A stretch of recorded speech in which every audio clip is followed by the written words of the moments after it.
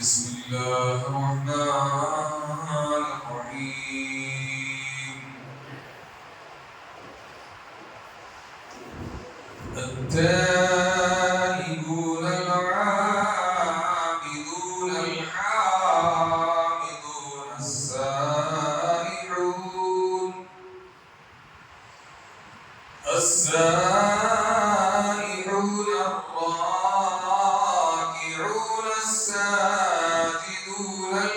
الراكعون الساجدون الآمرون بالمعروف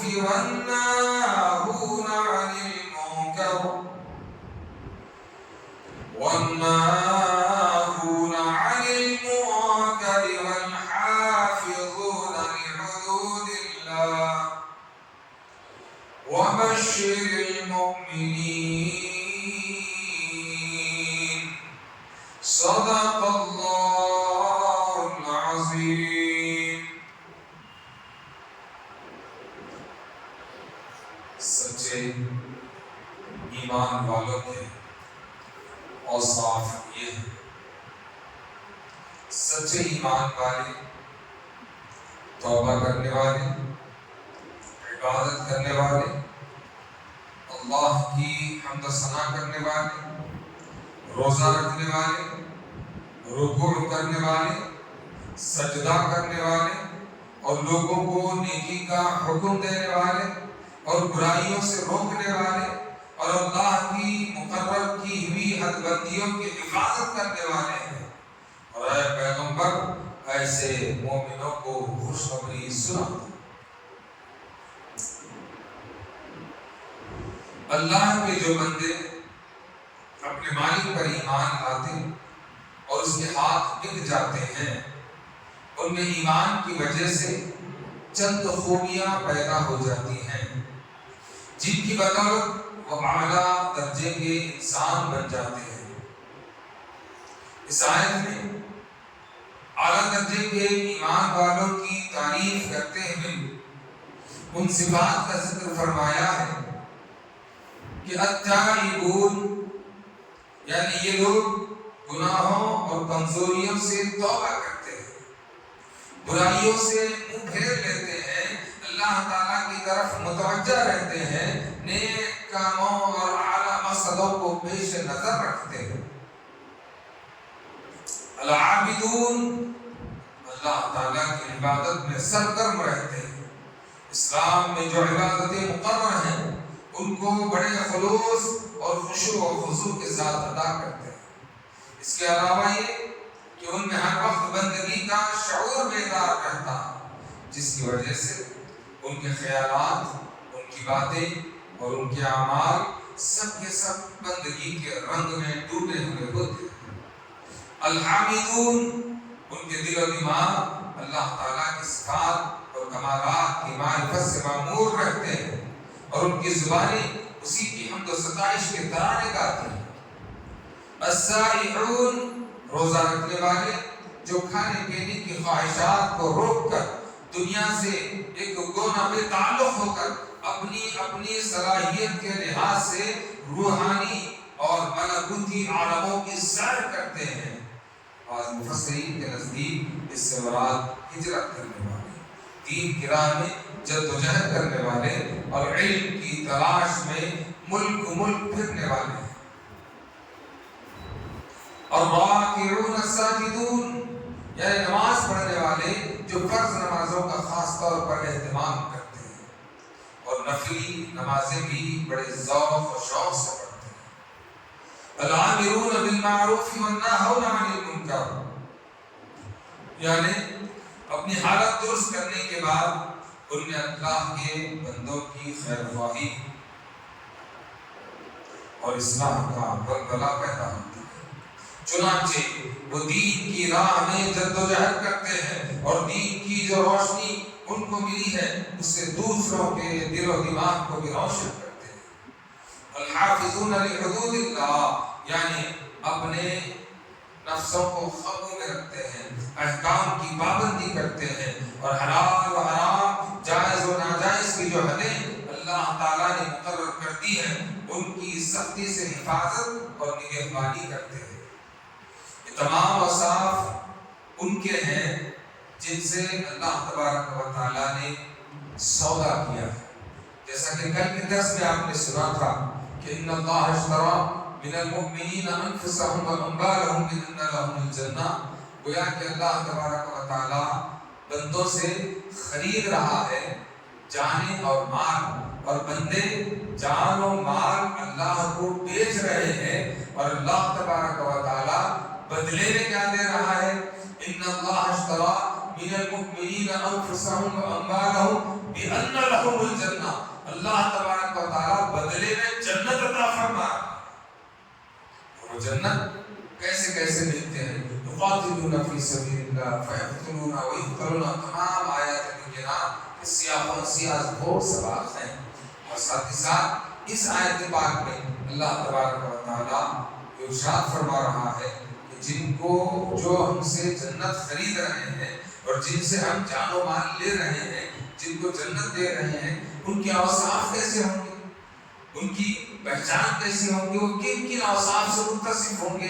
تو وہ تمام اوصاف کو بیان کر دیا۔ وہ جو اللہ کی جنت کو پانے والے لوگ ہیں وہ کیسے ہوں گے؟ وہ کثرت سے رب کی بارگاہ میں توبہ کرنے والے۔ وہ کیسے ہوں گے؟ وہ عبادت کرنے والے ہوں گے، توبہ بھی کرتے ہیں، عبادت بھی کرتے ہیں، نہ توبہ کو چھوڑتے ہیں نہ عبادت کو چھوڑتے ہیں۔ الحامدون، ہر خوشی اور غم میں ہر وقت اللہ کی حمد کرتے ہیں، اللہ کی حمد بیان کرتے ہیں۔ السائحون، یہ روزے کی حالت میں ہو یا سیاحت کی حالت میں ہو، دونوں معنی کے اگر لیے جائیں تو ہر دو کام اللہ کی رضا کے لیے کرتے ہیں۔ الراکعون الساجدون، اللہ پاک اس آیت بینات میں توبہ کا ذکر کیا، عبادت کا ذکر کیا، حمد کا ذکر کیا، روزے کا ذکر کیا۔ جب بات رکوع اور سجدے کی آئی تو نماز کی اہمیت کو اجاگر فرمایا، نماز کی اہمیت کو اجاگر فرمایا کہ رکوع اور سجدہ دونوں نماز میں ہیں، دونوں چیزیں، توبہ باہر ہے، عبادت ساری عبادتوں میں آ جاتے ہیں، نماز، روزہ، زکوٰۃ، تمام عبادتیں۔ ہم آپ عبادت کے باہر کو خدا کی حمد کر سکتے ہیں۔ روزہ تو اپنی جگہ ہے، مگر روزہ الگ عبادت ہے، نماز الگ عبادت ہے۔ تو جب نماز کا ذکر آیا تو یہاں پر دو باتوں کا ذکر کیا، رکوع کرنے والے اور سجدہ کرنے والے۔ گویا اللہ تبارک و تعالیٰ اپنے نزدیک نماز کی جو فضیلت، اہمیت ہے، اس کو اجاگر کر رہا ہے۔ دو شرطوں کا، یعنی کہ دو فرائض جو نماز کے ہیں، رکوع فرض ہے، سجدہ فرض ہے، تو دو فرائض کا یہاں پر اللہ پاک تذکرہ فرما رہا ہے۔ آقا علیہ الصلوۃ والتسلیم کی بارگاہ میں صحابی رسول نے عرض کیا کہ یا رسول اللہ صلی اللہ تعالیٰ علیہ وسلم، مجھے کوئی ایسا عمل بتائیے جو اللہ کو بہت پسند ہو، اللہ کو بہت پسند ہو۔ تو آقا علیہ السلام نے فرمایا کہ ہر نماز کو اس کے وقت پر ادا کرنا اللہ کو بہت پسند ہے۔ اس کے وقت پر، فجر کے وقت فجر، ظہر کے وقت ظہر، عصر کے وقت عصر، جو وقت جو نماز ہے اس کو اسی وقت میں ادا کرنا اللہ کو بہت پسند ہے۔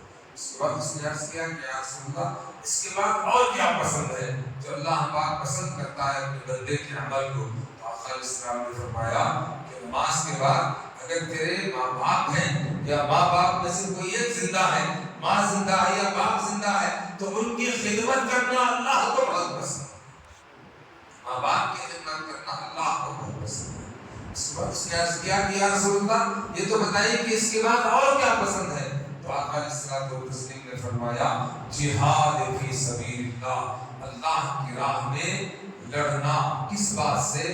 اپنے نفس سے لڑنا، دشمنان خدا سے لڑنا، علم حاصل کرنے کے لیے اپنے آپ سے لڑنا، بہترین علم والا ہو کر کے دنیا میں دین کا نام روشن کرنا۔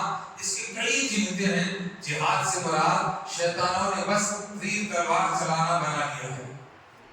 شیطانوں نے کیا کر دیا ہے؟ جہاد کو تیر تلوار بمباری، وہ جہاد کا بہت بڑا مفہوم ہے، ایک ایسا پلیٹ فارم ہے جس کے اندر کئی ایک چیزیں سمو جاتی ہیں۔ ابھی بیٹھے بیٹھے میں نے دو تین باتیں کہہ دی۔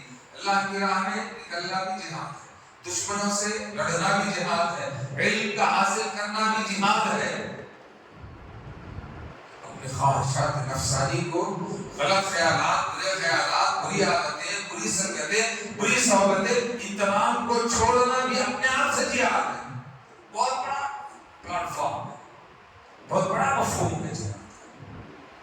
تو آخر اسلام نے فرمایا، کیا فرمایا؟ پہلی بات کہ آپ نے فرمائی اللہ کو وقت پر نماز ادا کرنا پسند ہے، پھر فرمایا کہ ماں باپ کی خدمت کرنا پسند ہے، پھر فرمایا کہ اللہ نے اگر تجھے کچھ دیا ہے تو نکلنا چاہتا ہے تو اللہ کے راستے میں نکل، یہ اللہ کو بڑا پسند ہے۔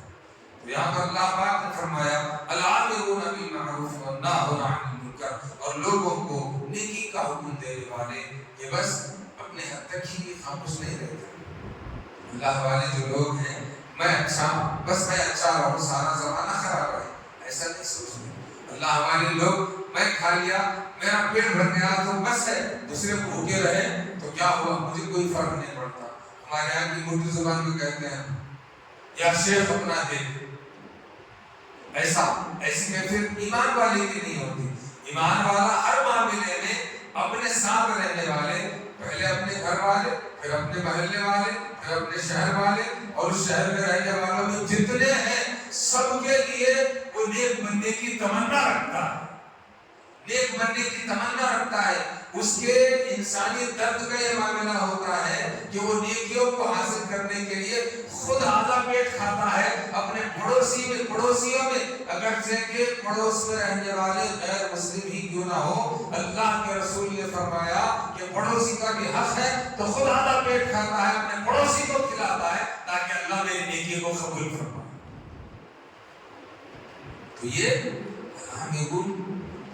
اللہ بالمعروف، یہ نیکیوں کی طرف دعوت دیتے ہیں، نیکیوں کی طرف بلاتے ہیں، نیکی کا کام کرتے ہیں، والناہون عن المنکر، اور برائی سے روکتے ہیں، برائی کو روکنے والے، خطائی طور پر برے کاموں کو، چاہے وہ جس طرح کا بھی ہو، غلط کاموں کو، برے کاموں کو، گندے کاموں کو، گناہ کے کاموں کو، کرائم کو، یہ سب پسند نہیں کرتے۔ کون؟ ایمان والے، جو جنت، جس سے اللہ نے جنت خریدی ہے، ان کی پہچان ہے، ان کی تمام کی تمام یہ صفات ہے۔ فرمایا گیا کہ العامرون بالمعروف والناہون عن المنکر، یہ برائیوں سے روکتے ہیں، غلط کاموں سے روکتے ہیں۔ والحافظون لحدود اللہ، اللہ تبارک و تعالی نے جو حدود مقرر فرمائے ہیں، ایک چوکٹ جو شریعت مطہرہ کی جو چوکٹ بنائی ہے، جو حدود قائم کیا ہے، جو باؤنڈریز بنائے ہیں، اس کو کراس نہیں کرتے، اس کے پار نہیں جاتے، وہ اپنی زندگی کو اللہ کی رضا کے لیے اسی حدود کے اندر اپنی زندگی گزارنے کی کوشش کرتے ہیں، اور اس میں الحمدللہ کامیاب و کامران بھی ہوتے ہیں۔ فرمایا والحافظون لحدود اللہ، جو یہ تمام کمالات میں کامیاب ہوتے ہیں جتنے گنائے گئے ہیں، التائبون العابدون الحامدون السائحون الراکعون الساجدون الآمرون بالمعروف والناہون عن المنکر والحافظون لحدود اللہ، تو ایسے تمام صفات رکھنے والوں کے لیے، اوصاف رکھنے والوں کے لیے اللہ پاک فرماتا ہے وبشر المؤمنین، ان مومنین کے لیے بشارت دیجیے۔ کیا؟ کس بات کی بشارت؟ کہ جنت ان کا انتظار کر رہی ہے۔ بس اللہ تبارک و تعالی سے دعا ہے